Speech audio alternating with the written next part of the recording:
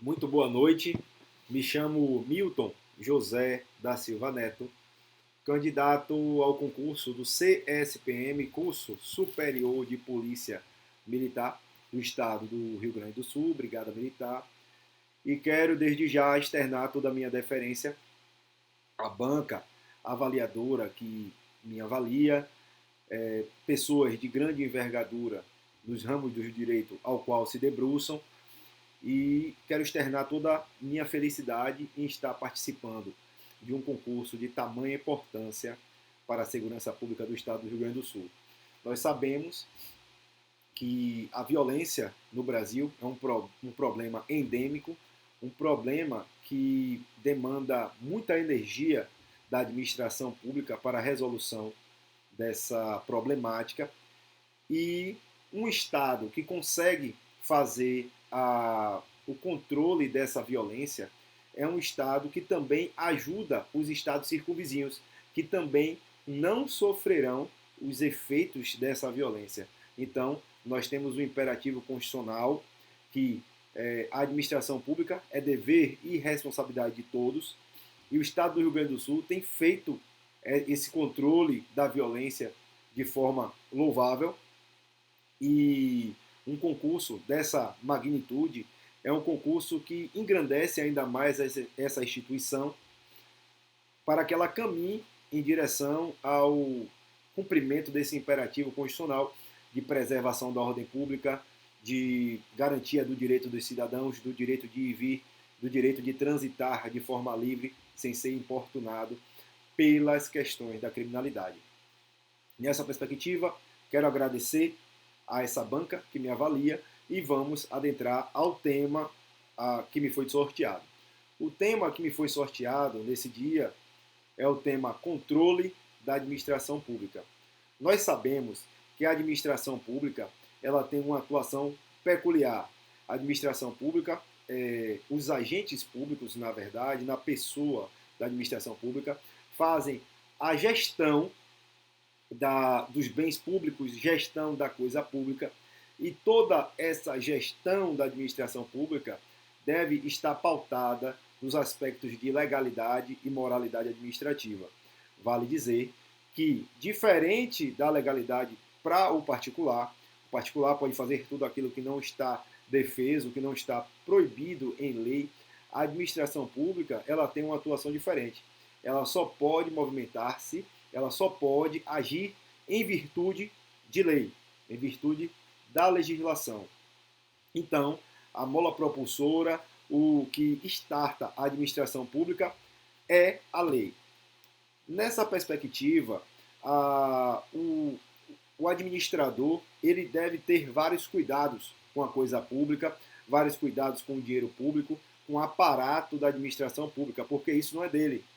Então, a administração pública ela goza de várias prerrogativas oriundas, lastreadas no princípio da supremacia do interesse público, mas também ela tem um contrapeso, o contrapeso da indisponibilidade do interesse público. O administrador ele não pode agir de forma deliberada, ao seu bel prazer, ele não pode agir dessa forma. O administrador precisa ater-se aos imperativos da legalidade, aos imperativos da moralidade administrativa, para que não venha a ser responsabilizado. Essa é a primeira explanação, assim falando de forma bem rápida, sobre a administração pública e a atuação dos administradores públicos. Nessa perspectiva, nós temos o tema controle da administração pública, que nada mais é que a fiscalização da atividade da administração pública. Essa fiscalização, todos os entes precisam estar sujeitos a essa fiscalização, a esse controle da administração pública, seja a União, o Estado, o município, todos devem estar sujeitos ao controle feito pela administração pública. Esse controle é feito de várias formas e existem algumas classificações importantes para que possamos entender esse controle da administração pública. Então, segundo o nosso cronograma disponibilizado pela banca, a primeira definição que era pedida era a definição de controle interno e externo. O controle interno é o controle feito por um poder sobre ele mesmo, né, dentro da sua mesma estrutura. Esse é um controle interno. Já um controle externo é o controle feito de um poder sobre outro poder. A exemplo, o controle legislativo, onde o poder legislativo, na esfera da União, vamos citar como exemplo o Congresso Nacional, ele irá modelar e fiscalizar a atuação do poder executivo. Então, essa é a primeira definição de controle interno, que é um controle feito de um poder sobre ele mesmo, e o controle externo, que é feito de um poder sobre o outro. Então, quanto ao momento, esse controle pode ser feito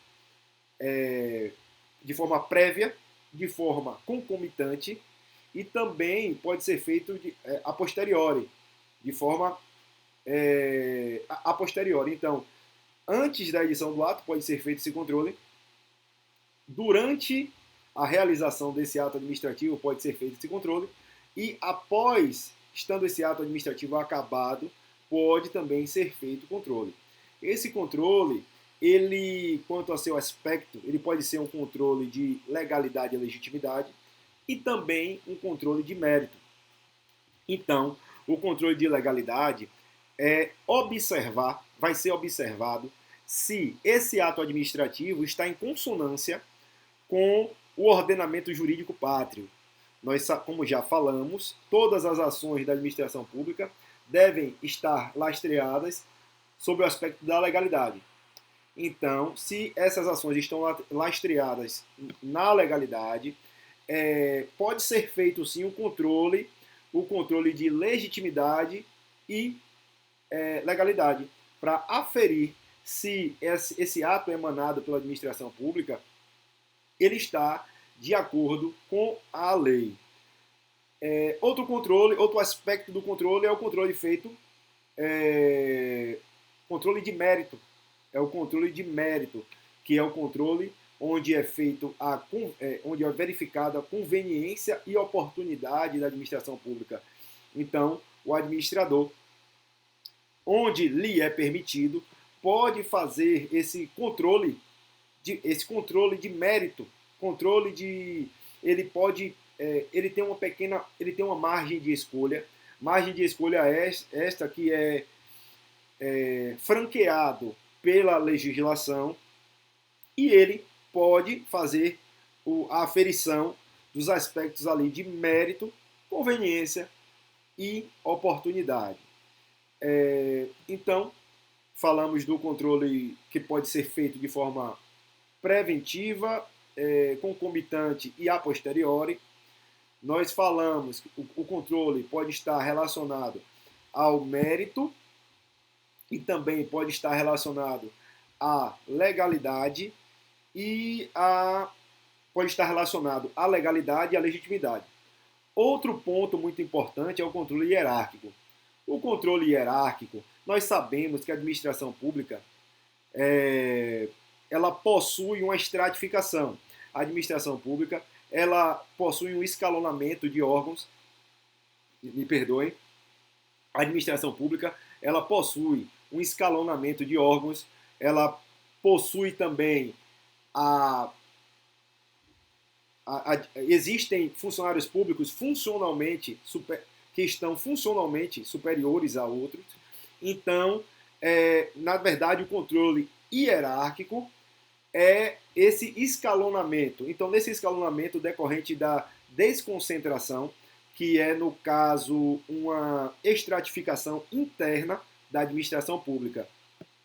E desse controle hierárquico, pode existir uma delegação, pode existir também uma avocação, que é essa tomada da competência, e esse controle gera hierarquia. Gera subordinação. Já o controle finalístico é um controle de uma perspectiva um tanto quanto diferente. O controle finalístico, ele não gera subordinação, é um controle que é feito da administração pública direta sobre a administração pública indireta. Esse controle é feito apenas, a nomenclatura desse controle é controle finalístico ou supervisão ministerial. Não existe hierarquia entre a administração pública direta e a administração pública indireta. O que vai ser observado nesse controle é apenas se esse ente que foi criado está cumprindo o papel para o qual foi criado. Controle finalístico, controle de finalidade. Então, essa é a diferenciação do controle hierárquico, um controle decorrente da desconcentração, que é essa estratificação interna, e o controle finalístico ou supervisão ministerial, que é um controle, é um ponto de divergência doutrinária, porque alguns doutrinadores falam que é um controle externo e alguns doutrinadores vão falar que é um controle interno. Outro ponto a ser considerado é o controle administrativo. Nós vamos ter o controle administrativo, vamos ter o controle legislativo e também vamos ter o controle judicial. Pontos que foram suscitados no nosso edital dessa etapa. Então, o controle administrativo é o controle também denominado autotutela, que é o controle feito pela administração pública na própria administração pública. Então, é a própria administração pública fazendo o controle, fazendo a gestão dos seus atos.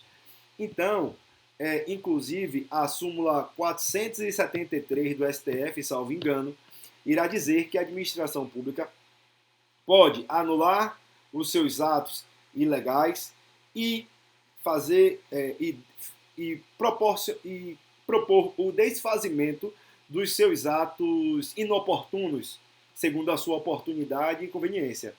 Vale ressaltar que, diferente do judiciário, que só observa os aspectos de legalidade, os aspectos de legalidade e o aspecto de moralidade administrativa, a administração pública, na figura do controle administrativo, na figura da autotutela, pode sim fazer esse juízo de conveniência e oportunidade e propor o desfazimento de certos atos, dos seus próprios atos administrativos. Então, essa é a primeira figura, é o controle administrativo, que é o controle feito pela administração na própria administração. O controle, o segundo ponto que esse edital trazia, é o controle legislativo. Só uma ressalva, o controle administrativo é um controle interno.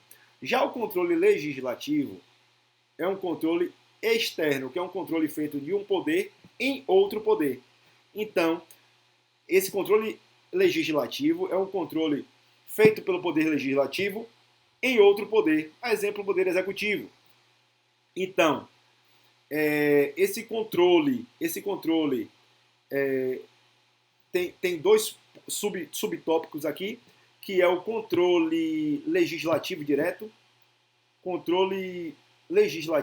salvo engano é o controle legislativo direto, que é o controle feito pelo poder legislativo de forma incisiva nesse outro poder, a exemplo, o poder executivo. E existem alguns exemplos que podem esclarecer melhor a atuação desse controle legislativo.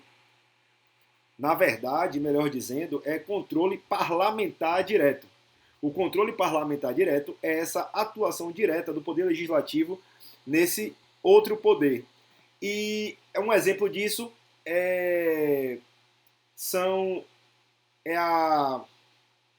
me perdoem. Um exemplo disso é quando o Senado precisa fazer a aprovação de um nome para determinado cargo, que quem nomeará é o chefe do executivo. Outro ponto é quando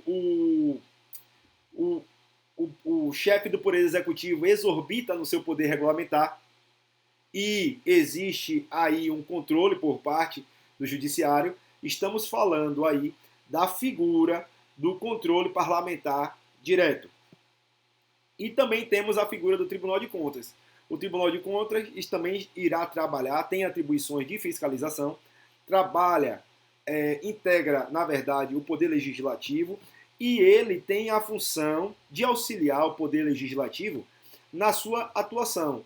Então, no tocante à União, quem vai fazer esse controle legislativo vai ser o Congresso Nacional junto ao Tribunal de Contas da União. Na esfera estadual, quem vai fazer esse controle legislativo vai ser as Assembleias Legislativas Estaduais junto ao Tribunal de Contas Estadual. E quem irá fazer esse controle na esfera municipal é a Câmara de Vereadores junto com o Tribunal de Contas Estadual.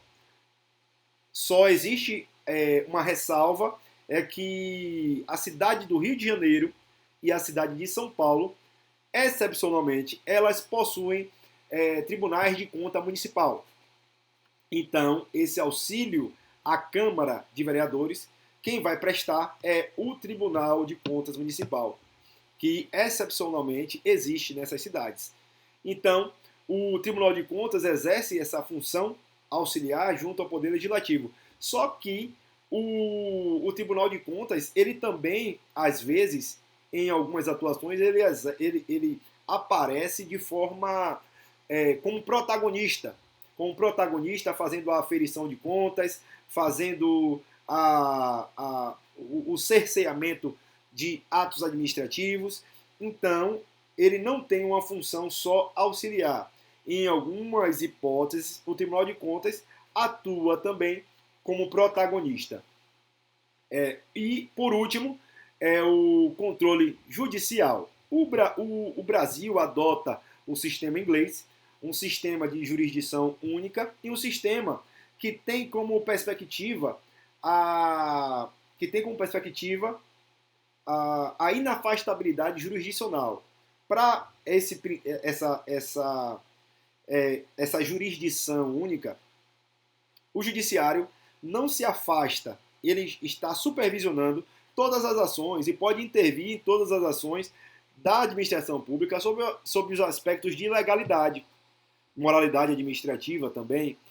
Então, o Brasil adotou a teoria, o sistema inglês, sistema de jurisdição única, onde existe a inafastabilidade jurisdicional.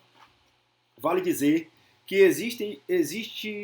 existem algumas nuances quanto a essa atuação do controle jurisdicional, é que esse controle geralmente é feito a posteriori, para que não exista o apego a uma atuação pautada na conveniência e oportunidade. Então, um ato administrativo já aconteceu, esse ato administrativo já aconteceu, e o judiciário, depois desse ato ter nascido no mundo jurídico, ele pode agir, abre precedente para o judiciário agir. E também, outra perspectiva dessa atuação, desse controle jurisdicional, é a relativização da forma. Então, o judiciário não se apega tanto à forma, a formalismo, e ele se afasta dessas verificações frente a só o aspecto formal, e ele vai se apegar ao conteúdo, ele vai se apegar à consequência para a administração pública. Então, essa foi a divisão assim que nós podemos apresentar sobre essa temática. Então, recapitulando um pouco, falamos da conceituação do controle da administração pública, que é essa fiscalização da atuação da administração pública.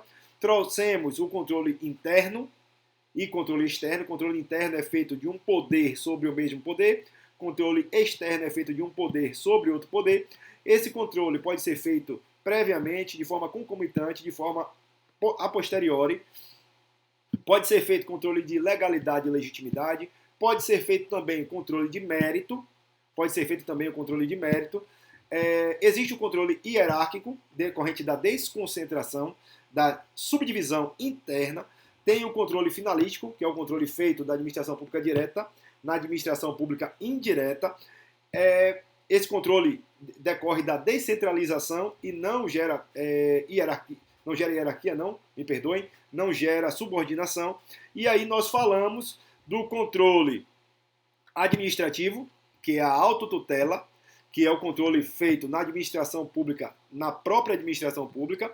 Nós falamos do controle legislativo, que é o controle feito pelo Poder Legislativo em outro poder, a exemplo do Poder Executivo. E esse controle do Poder Legislativo, ele acontece de uma forma... E esse Poder Legislativo, ele vai acontecer de forma, sob duas perspectivas. Na perspectiva do Tribunal de Contas e também da atuação parlamentar direta, onde, nessa atuação parlamentar direta, o próprio Poder Legislativo estará agindo incisivamente no Poder Executivo. E também, por último, falamos do controle jurisdicional. Quero aqui agradecer a minha participação, reiterar a minha felicidade em estar participando e de estar sendo inquirido por uma banca de tamanha envergadura e, desde já, agradeço a minha participação. Estou à disposição para mais perguntas. Tenham uma boa noite.